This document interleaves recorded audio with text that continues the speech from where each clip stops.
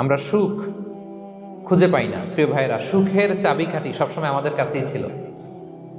সুখের চাবিকাঠি আমাদের কাছেই ছিল। আমরা এটা খুঁজে বেড়াই মাঠে, ঘাটে, বনে, বাজারে, অন্যের চাকচিক্যে।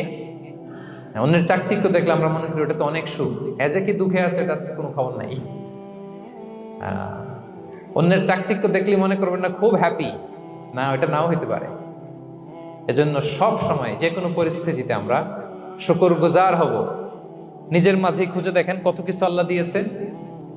এজন্য আমার যে পাওয়াগুলো, নেয়ামতগুলো আমি পেয়েছি, এজন্য ধন্যবাদ দিব আল্লাহকে, শুকরগুজার হব, সব সময় বলবো আলহামদুলিল্লাহ। এই ধরনের বান্দাদেরকে আল্লাহ পছন্দ করেন। যারা শুধু কমপ্লেইন করে পাই নাই, পাই নাই, খাই নাই, নাই নাই নাই এগুলো বলে, এদেরকে আল্লাহ পছন্দ করেন না। তাহলে 4 নম্বর পয়েন্টটা বুঝতে পেরেছেন? Be grateful, you'll be happy. কৃতজ্ঞ হন, গ্রেটফুল হন, আপনি হ্যাপি হবেন। চল 5 নাম্বার ওকে 5 নাম্বার হচ্ছে অ্যাভয়েডিং কম্প্যারিজন উইথ আদার্স। অন্যের সাথে তুলনা করবেন না। তুলনা কমিয়ে দেন, ইউ উইল বি হ্যাপি।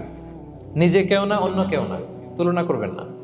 অনেকে আমরা তুলনা করি, নিজের স্ত্রীকে আরেক নারীর সাথে, নিজের সন্তানকে আরেক সন্তানের সাথে, নিজের ভাইকে আরেক মানুষের সাথে করে তাকে ছোট করি। করেন এরকম? করবেন না। অনেকে দেখবেন ছেলে মেয়ে একটু ভালো পড়াশোনা করে নেই, বলে যে কি করলি তুই, ওই দেখ পাশের বাড়ির ওই ছেলে A+ পাইছে, যা তার পা ধোয়া পানি খা। কমন কথা, ওর কি খা? পা ধোয়া পানি খা। এটার একটা ভালো ব্র্যান্ডিং করা যেতে পারে, মানে A+ পাওয়া ছেলেদের পা ধোয়া পানি, তা এরকম মিনারেল ওয়াটারের বোতলের মতো বিক্রি করলে ভালো ব্যবসা হবে। কি বলেন? এটা হচ্ছে আমাদের মুরব্বীরা, টিপিক্যাল মা বাবারা এটা বলেন, ভুল করেন, ওনারা বুঝেন না। কখনো কম্পেয়ার করবেন, এটা করে আপনার ছেলের মনোবল আপনি আগেই ভেঙে দিচ্ছেন, ঠিক কিনা?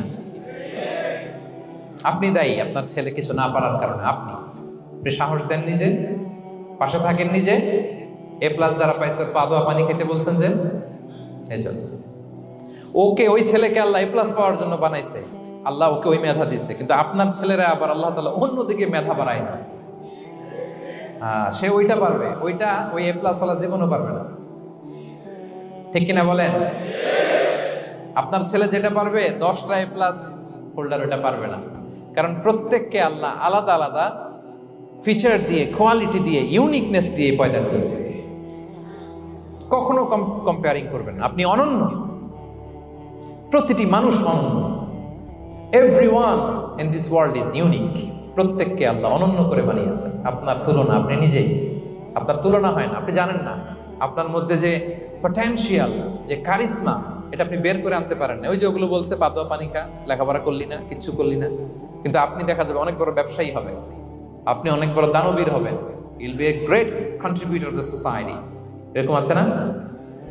এজন্য কম্পেয়ার করবেন না কারোর সাথে কম্পেয়ার করবেন না। ও A+ পাইছে, ও সফল হয়েছে, ওর চাকচিক্য, ওইটা দেখেই হ্যাপি হবেন না।